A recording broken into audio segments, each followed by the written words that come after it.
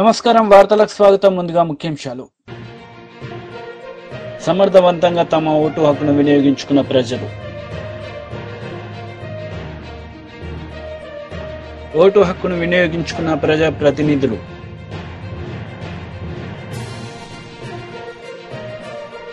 పులివెందులలో CM Jagan vote హక్కును వినియోగించుకున్నారు. ఈ సందర్భంగా ఆయన మాట్లాడారు.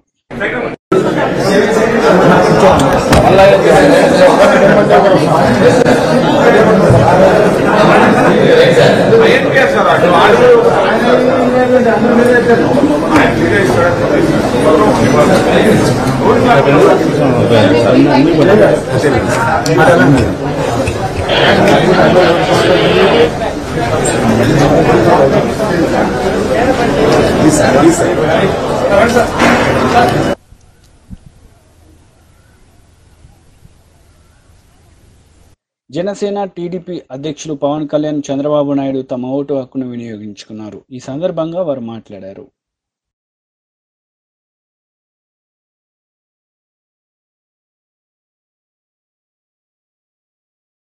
People want democracy, they want their voice to be heard, so the turnover is good, and I'm praying that we should get people's government. That's the only thing I'm praying. Madam, sir will come back as the Chief Minister, Mr. Chandrababu. Yes, he will come back and he'll work for the people. Madam, గతం కంటే ఈసారి బాగా polling శాతం నమోదయ్యే అవకాశం. లోపల చూసామండి, turn over అది చాలా బాగుంది. అది మహిళా శక్తులకి నేను ఒకటే కోరుతున్నాను, ప్రతి ఒక్క స్త్రీ తన కుటుంబం గురించి ఆలోచించి కుటుంబాన్ని ముందుకు తీసుకురావాలి.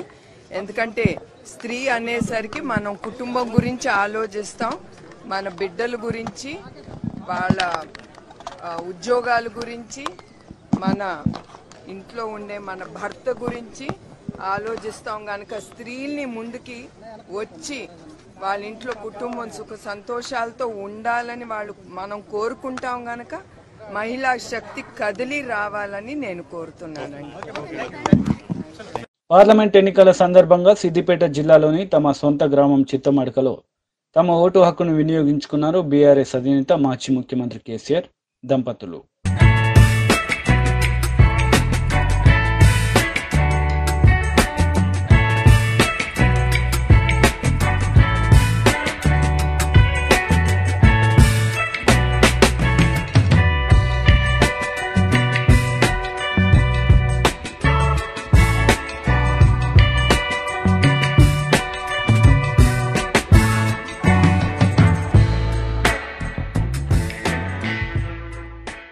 లోక్సభ ఎన్నికల్లో సికింద్రాబాద్ అమృత విద్యాలయం పోలింగ్ బూత్లో ఓటు హక్కును వినియోగించుకున్నారు హైదరాబాద్ లోక్సభ బీజేపీ అభ్యర్థి డాక్టర్ మాధవిలత. ఈ సందర్భంగా ఆమె మాట్లాడారు.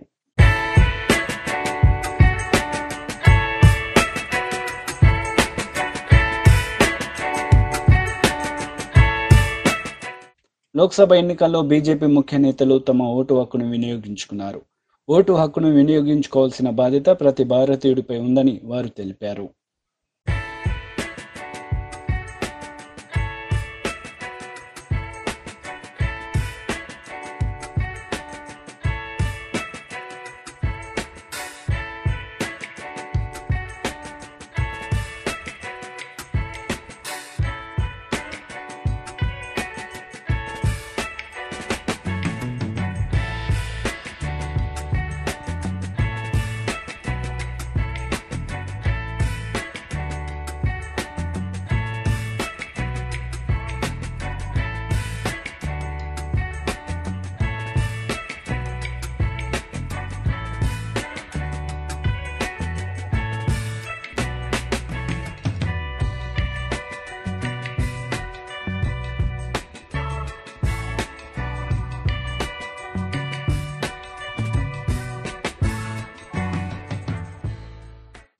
దేశంలో రాజ్యాంగం కల్పించిన ఓటు హక్కును ప్రజలు, సెలబ్రిటీలు, నాయకులు వినియోగించుకున్నారు. సమర్థవంతమైన నాయకుడు దేశానికి అవసరమని వారి ఓటుతో తెలిపారు. కాంగ్రెస్ నేతలు తమ ఓటు హక్కును వినియోగించుకున్నారు. ఓటు హక్కును వినియోగించుకోవాల్సిన బాధ్యత ప్రతి భారతీయుడిపై ఉందని వారు తెలిపారు.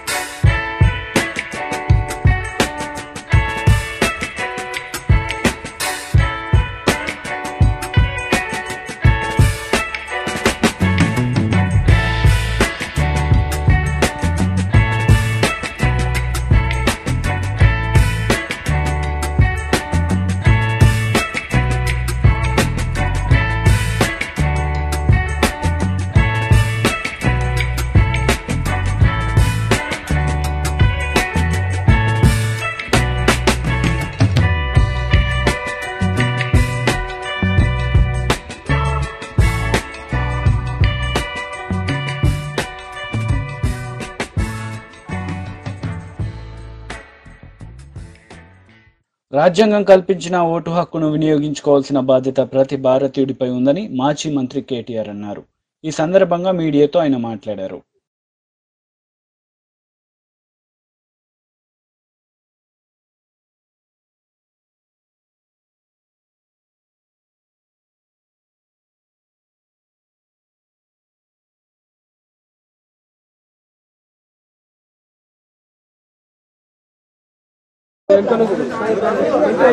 ప్రపంచంలోనే అతిపెద్ద ప్రజాస్వామ్య దేశం భారతదేశం. 5 ఏళ్లకు ఒకసారి మన ప్రభుత్వాన్ని ఎన్నుకునే ఒక అరుదైన అవకాశం మనకు కల్పించింది మన రాజ్యాంగం. రాజ్యాంగం కల్పించిన ఆ హక్కుని పూర్తి స్థాయిలో వాడుకోవాల్సిన బాధ్యత, వినియోగించుకోవాల్సిన బాధ్యత ప్రతి భారతీయుడి పైన ఉంది. మనకెలాంటి ప్రభుత్వం కావాలో, మనకెలాంటి విధానాలు కావాలో, మనకెలాంటి వ్యవస్థ కావాలో నిర్ణయించే అధికారం ప్రజాస్వామ్యంలో ప్రజల చేతుల్లోనే ఉన్నప్పుడు మరి ఈ రోజు ఓటును విస్మరించి ఆ తర్వాత నిందించినా ఆ తర్వాత బాధపడ్డ లాభం ఉండదు. కాబట్టి తప్పకుండా అందరూ కూడా దయచేసి బయటికి రండి, ఓటు వేయండి. మంచి ప్రభుత్వాలని, మంచి నాయకులని, మీకు మంచి చేసే నాయకులను, మంచి విధానాలకు మరి ప్రాతినిధ్యం వహించే నాయకులకు మీరు తప్పకుండా ఆశీర్వదించాలని కోరుతూ మరి ఇవాళ ఇక్కడ తెలంగాణ ప్రభుత్వం కూడా పాపం కరెంటు పోకుండా ఒక్కొక్క పోలింగ్ స్టేషన్ దగ్గర ముగ్గురు అధికారులను పెట్టి, జనరేటర్లను పెట్టి చాలా కష్టపడతా ఉన్నారు. వారికి కూడా ధన్యవాదాలు. అదేవిధంగా దేశవ్యాప్తంగా పోలింగ్ ఏర్పాట్లు మరి సజావుగా జరిగే విధంగా నిర్వహిస్తున్న ప్రతి ఉద్యోగికి కూడా హృదయపూర్వకంగా ధన్యవాదాలు తెలియజేస్తూ ఇవాళ దయచేసి బయటికి రండి, ఓటు వేయండి. అందరూ కూడా మరి బయటికి వచ్చి ఎలాంటి ప్రభుత్వం కావాలి, ఎలాంటి ఆలోచనలతో కూడిన రాజకీయం కావాలి అనే దిశగా మీరందరూ కూడా దయచేసి తప్పకుండా బయటకు వచ్చి ఓటేయాలని కోరుతూ నేను తెలంగాణ తెచ్చిన పార్టీకి, తెలంగాణ తెచ్చిన నాయకుడికి నేను ఓటేశాను. మీరు కూడా ఓటేయాలని విజ్ఞప్తి. జైల్లో ఉన్నారని చూడాలి, ఏం చూస్తాం. మోడీ గారు జైల్లో పెట్టారని చూడాలి, ఇంకేం చూస్తాం.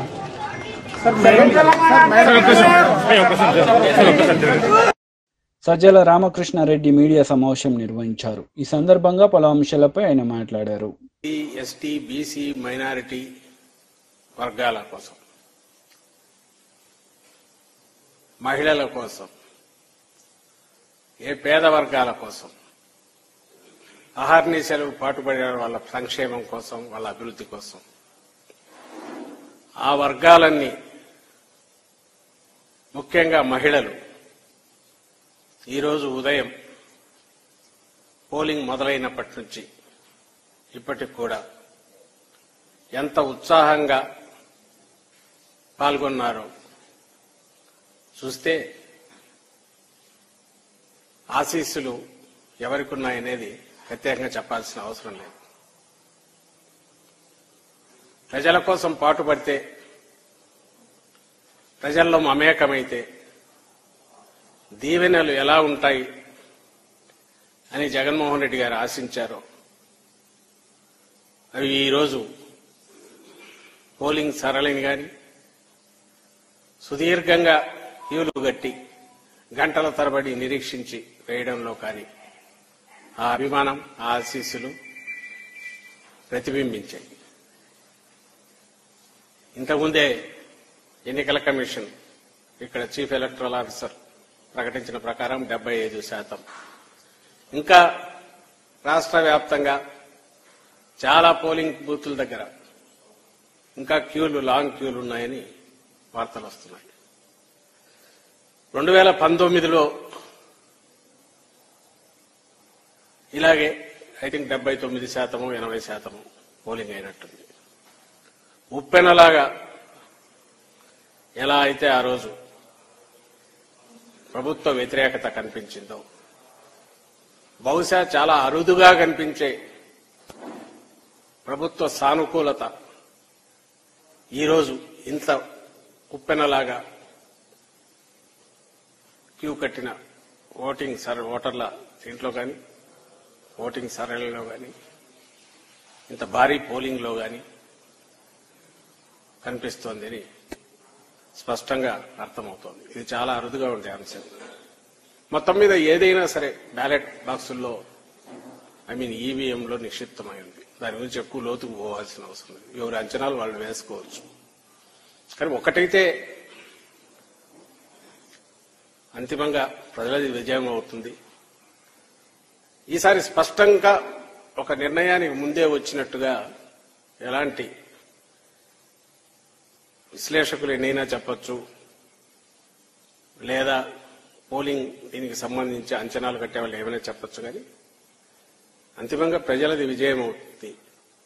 ప్రజాస్వామ్యం భారతదేశంలో ఎంత పటిష్టంగా ఉంది, మన రాష్ట్రంలో కూడా రాజకీయ చైతన్యం కానీ లేదా ఎన్నికల్లో ఓటు ద్వారా తమ నిర్ణయం ఖచ్చితంగా స్వేచ్ఛగా చెప్పే ప్రయత్నం అన్ని వర్గాల వాళ్ళు చేయడం, అన్ని వయసుల వాళ్ళు చేయడం, యువతతో దగ్గర మొదలు పెడితే కొత్తగా ఫస్ట్ టైం ఓటర్స్ దగ్గర నుంచి పండు ముదుసల వరకు నడవలేని వారైనా సరే వాళ్ళకి ఎవరు కావాలో ఏం కావాలో వచ్చారు, అక్కడ స్వేచ్ఛగా వేసి వెళ్లారు. అది బాగా అందరం ఆనందించదగ్గ విషయం, స్వాగతించదగ్గ విషయం.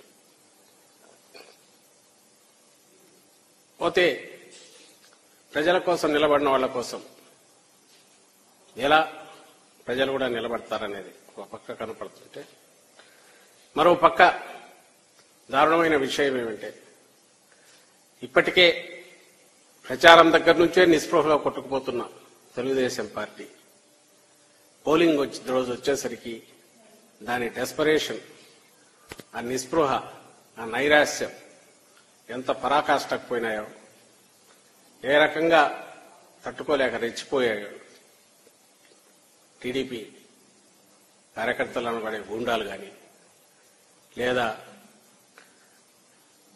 వాళ్ళకు అనుకూలంగా ఈరోజు పొత్తు వల్లనో దాని వల్ల పోలీస్ అధికారులు కానీ లేదా ఎన్నికల కమిషన్ అబ్జర్వర్ల పేరుతో ఇక్కడికి వచ్చిన వాళ్ళు కానీ మనం ఈరోజు జరిగినంత ఏకపక్షంగా వాళ్ళ వైపు నుంచి జరిగిన దాడులు, హింసాకాండ రుజువు చేస్తుంది.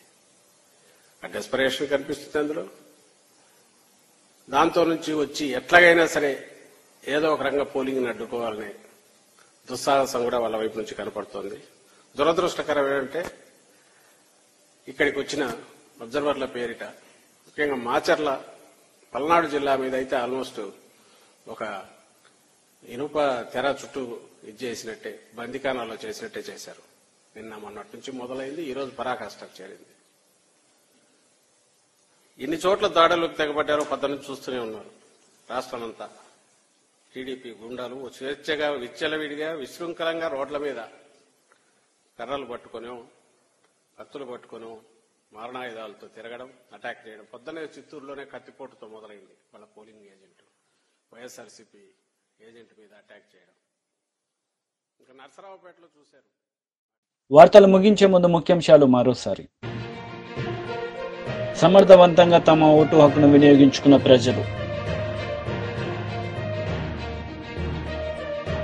ఓటు హక్కును వినియోగించుకున్న ప్రజాప్రతినిధులు.